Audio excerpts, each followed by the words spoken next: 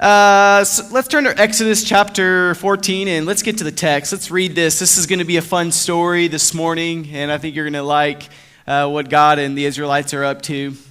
Exodus chapter 14, 10 through 15. So the series, as you've heard, and the kind of what we're in right now is All In. And I was thinking this morning about resolutions and how some people have made those kind of New Year resolutions to be all in. You don't have to raise your hand, but how many of you made resolutions, right? How many of you have failed already your resolutions miserably? And then if you're like me, how many of you thought about a resolution but never really did it, right? So that's the camp I'm in. I think those who make resolutions, good for you. Exodus chapter 14, 10 through 15, hear God's word. As Pharaoh drew near, the Israelites looked back. And there the Egyptians were advancing on them. And so in great fear, the Israelites cried out to the Lord.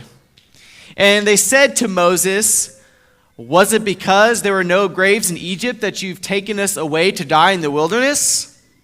What have you done to us to bring us out of Egypt? Is this not the very thing we told you in Egypt? Leave us alone and let us serve the Egyptians?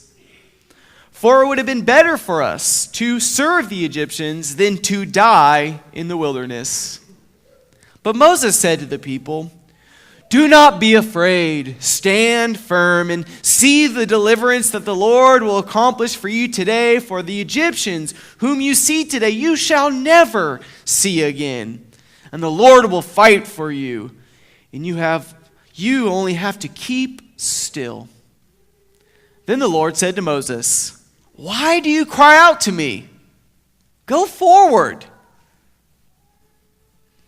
So in the story of Exodus, so between Exodus 1 and kind of Exodus 14, we are introduced to this relationship between God and the Israelites, God and Moses. And as you might be aware, in any kind of initial startup relationship, there are moments where there's questions, there are moments of awkwardness, and they're still trying to kind of feel around, okay, who is this God or who are these Israelites? So if you were a fly on the wall and you watched the startup relationship between Tara and me, you would have had questions like, "Tara, why did you choose to marry Mick?" Right? So for example, Tara and I, our first encounter was at this house, and we were playing board games. And I didn't like the board games they were playing, so I chose not to play. So imagine there's 10 people in this house playing these games, having fun, and there's this one guy that chooses not to play the game. And the whole time everybody else is playing games, he's back there in the corner just making jokes about the game. That was me. Nobody laughed at my jokes. Once in a while, this one curly blonde hair young woman did laugh. And I thought, who's this girl that laughs at my jokes? I found one person, right? And so a couple days later, I'm riding my bike through ACU. And I was riding a beach bike. I bought a beach bike at ACU. And I was riding my bike by ACU. I had this little bell on my beach bike. And I was ringing my bell as I was riding through the campus of ACU. So imagine the guy that made lots of jokes but did not play a game, and you turn around and you see that same guy on a beach bike through ACU ringing his bell. And then me going, "Hey, what's up?" I'm Californian, so I'll be like, "Totally. Yeah, what's up? What's up, girl?" So, weird. Tara actually, she kind of dug it, right? So I always tell people, don't hate the player, hate the game. So Tara finds my phone number, and she calls me. And she says, "Hey, Mick, do you want to go to a devotional with me?" And I said, "Sure, I'll go to a devotional with you." "Where is it at?" "Well, it's at 9 p.m. It's at the University Church of Christ, which is across campus at ACU. And we sing a bunch of songs, so you want to go with me?" I said, "Sure, I'll go with you. We just want to meet there?" "Sure, sounds great." So I show up to this devotional, and I'm walking towards Tara, and with me is another girl. I invited a friend of mine to come with us to this devotional. I didn't realize she was asking me kind of on a devotional date.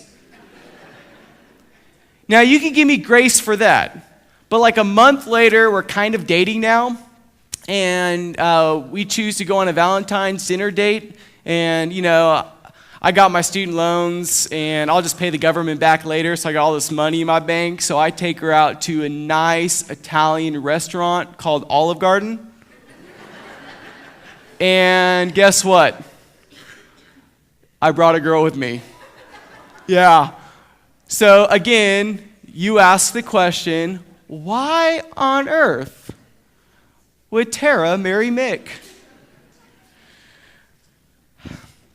If you read Exodus, the story between Israel and God at best is kind of awkward.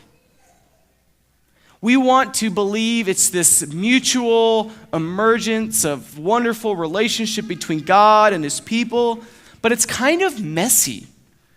It's not perfect. The enslaved Israelites, this God they know that will lead them out of Egypt, they need to figure out who this God is. And so we come into this reading of chapter 14, leaving the plague stories, right? So there's these plagues that God creates to help soften Pharaoh's hardened heart so that the Israelites could leave Egypt. But we learn this uncomfortable reality about God in these stories, and that is God has the capacity to destroy, right? I mean, God creates plagues, so God destroys. So that raises a difficult question for these people. Do we really want to have a relationship? Do we want to follow a God who can destroy? Meaning, are we trading in one tyrant deity like Pharaoh for this new one that says he will free us? I mean, they don't know a lot about God, right? Because for 400 plus years into Exodus, God was kind of quiet. And so the first couple things they hear about this God is sends this shepherd out from the desert, and God shows grace to this shepherd because Moses, the shepherd, once killed somebody. He's now come back to Egypt. And now in order to free them, they have to create all these plagues, and they're not good plagues, especially that last one, right? That last plague was what? It killed all the firstborn. So there's that scene. And then there's this other thing, and that's God. So God, who is this God? Are we comfortable with this God? And then on the other side is, who are these Israelites? So if you read Exodus, there are times where you might get a little annoyed by the Israelites because they seem to question God quite a bit, right? So like, for example, in our reading today, in verse 12, it says, "Is this not the very thing we told you in Egypt? Leave us alone and let us serve the Egyptians. For it would have been better for us to serve the Egyptians than to die in the wilderness." 14, chapter 16. "Have you brought us into the wilderness so that we can die of hunger? Is that why you did this, God?" Chapter 17, verse 3. "Did you bring us out here to kill us from thirst?" Right? And so the Israelites continually are complaining and questioning God's leadership. And honestly, if you just kind of read it at surface level, you might think, hey, look, are these Israelites, are they kind of ungrateful? But I'll be honest with you. I feel like that's an unfair reading because think about it. They're slaves.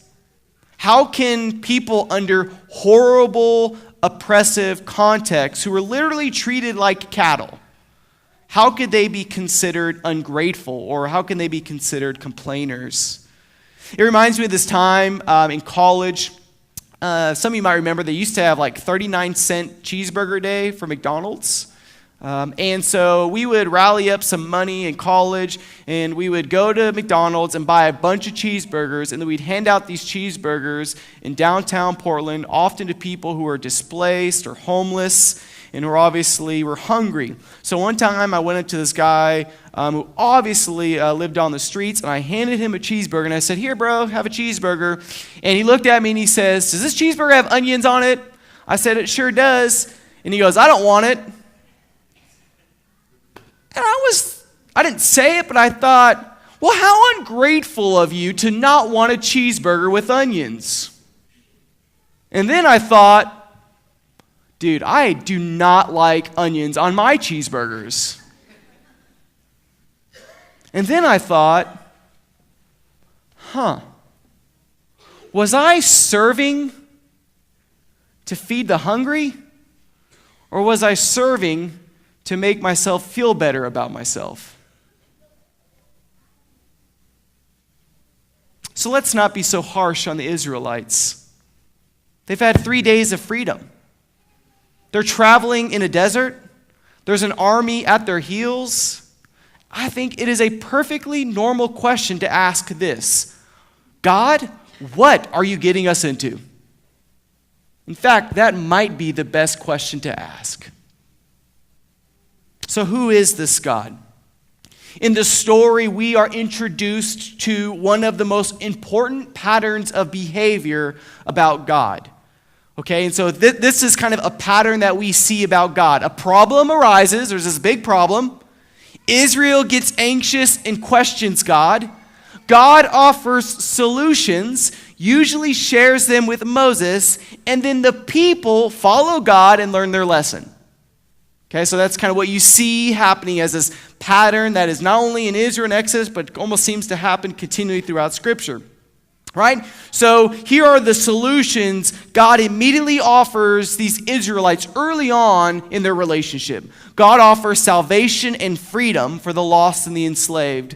Exodus 14. God offers and gives them food when they're hungry. Exodus 16. God gives water to the thirsty. Exodus 17. And God gives refuge to the vulnerable. Exodus 17. So let me ask you this. Is this a God that can be trusted in the wilderness? And the answer is yes. God is a God of protection and provision. God is the God of mercy and grace. God is the one that commands the waters. So back to this pattern that we're talking about. In this story, the pattern begins with the obvious problem. The problem arises, and in this situation, the problem is Egypt. Egypt wants their economy back. Egypt represents advancement, power, prestige, and without their slaves, they will no longer have that. And so they realize they are missing an important commodity to their identity. And so they gather their army and they advance on the escaping Israelites. The Israelites look back, see this advancing army behind them, and this massive ocean or sea in front of them. And remember, slaves don't have swimming pools. Slaves don't have days off to swim in the Nile River. So they hesitate because there's water in front of them they're not going to get into, and there's an army behind them. And they think, what? We're going to die out here. Why don't we just go back to Egypt? I mean, Egypt is horrible. Don't get me wrong. But it's familiar. It's what we know. We've lived this long and survived Egypt. Why not stay? I mean, why change your identity? Why change who you are if it's going to cost you so much? And honestly, God's answer is not that acceptable. Moses asserts himself and says, "Don't worry, Israel, God's got your back." And then Moses goes to God and says, "Right, God? You got their back, right?" And God says, "Why are you crying out to me? Just go forward." That's it? That's your answer? Just go forward? And Moses and the people step forward. And that path from slavery to freedom. And the Israelites witness God's extraordinary and awesome power. And as you continue to read the passage, there is wind, there is night, there are pillars of clouds, and God gathers and divides the waters. The Israelites were experiencing a new creation. This is a creation story. The God they followed who had the power to create the cosmos out of nothing offers a people coming from nothing salvation and radical transformation. You see, God is a God who is willing to rearrange the land and sea for those who are willing to go forward and follow God. But here's the truth. The way forward is not easy. The story shows that God's people walked in both darkness and in light. That the journey was treacherous and it was filled with hunger and food. It was filled with thirst and water. It was filled with enemies and safety. You notice in Matthew, in the book of Matthew, this same connection and the same story happens with Jesus. Right? Jesus comes out of the water and God says, "What? This is my son and I am so pleased." And then immediately following that story, Jesus goes out to the wilderness. And is it comfort? Is it a resort? Is it hotels? No. He's immediately attacked by Satan. And Satan attacks him with food and hunger. He attacks him with safety. And he attacks him with power. But Jesus does not go back. He steps forward. He moves forward, even though it means death and resurrection, suffering and pain and joy, even if it means the darkness of the tomb and the light of the resurrection.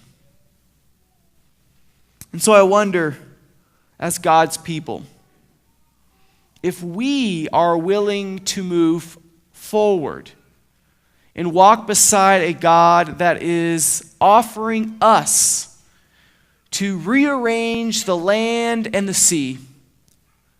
I mean, we might say yes to this because it sounds so captivating and good to follow this God, but there is actually something beneficial about looking back and going back to Egypt. I mean, if it's advancement and resources that you want, that offers just enough food and just enough water to keep you from experiencing true pain and suffering, go back to Egypt. If you're looking for just enough shelter, just to block away life's storms, just enough, go back to Egypt. If it's familiar and if it's the comfortable ground, it's that ground you know that you're walking on day in and day out, and it keeps all things safe and offers you at least some ounce of familiarity, go back to Egypt. I mean, yes, I'm enslaved. Yes, I feel incomplete. Yes, I'm lonely. Yes, I'm angry. Yes, I'm cynical. Yes, I have a hard time forgiving. Yes, I have caught myself in the life of sin. Yes, I don't follow God all the time completely. Yes, it's just not the life that I envisioned for myself. Yes, I'm miserable. Yes, my relationships are broken. Yes, I'm struggling in my marriage. Yes, my relationship with my kids is hurting. Yes, I get all that. There is that list, but at least I know it. At least it's Egypt. Church, to be God's people does not mean it's going to be smooth and easy. God does not promise chariots. God does not promise conquest. God does not promise status. God does not promise power. God is not going to even offer you someday a population of slaves. God offers something completely different. Freedom.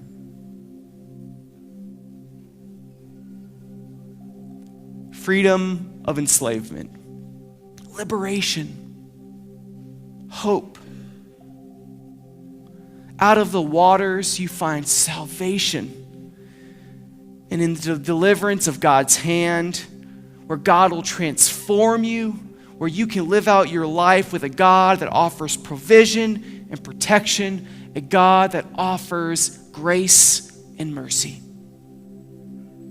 Into the wilderness we go with the wonderful, great aspects of the wilderness, but also the pain of it.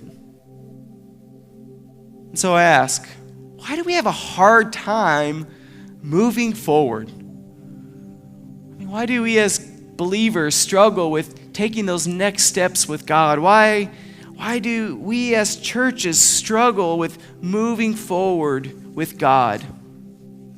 And honestly, that's not us complaining. Like the Israelites, those are fair questions. It's okay to challenge and wonder where God's leading us. In fact, that's part of the power of our story. That's the God we worship.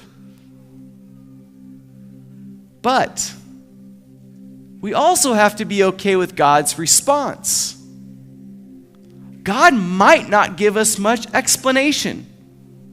God might say to you today, "Why are you crying out to me? Go forward. Quit crying out to me. Go forward." So let me ask, can we go forward as believers? Are we all in? Can we go forward as a church? Are we all in? Think about those questions this week. How can you let God lead you forward in your life?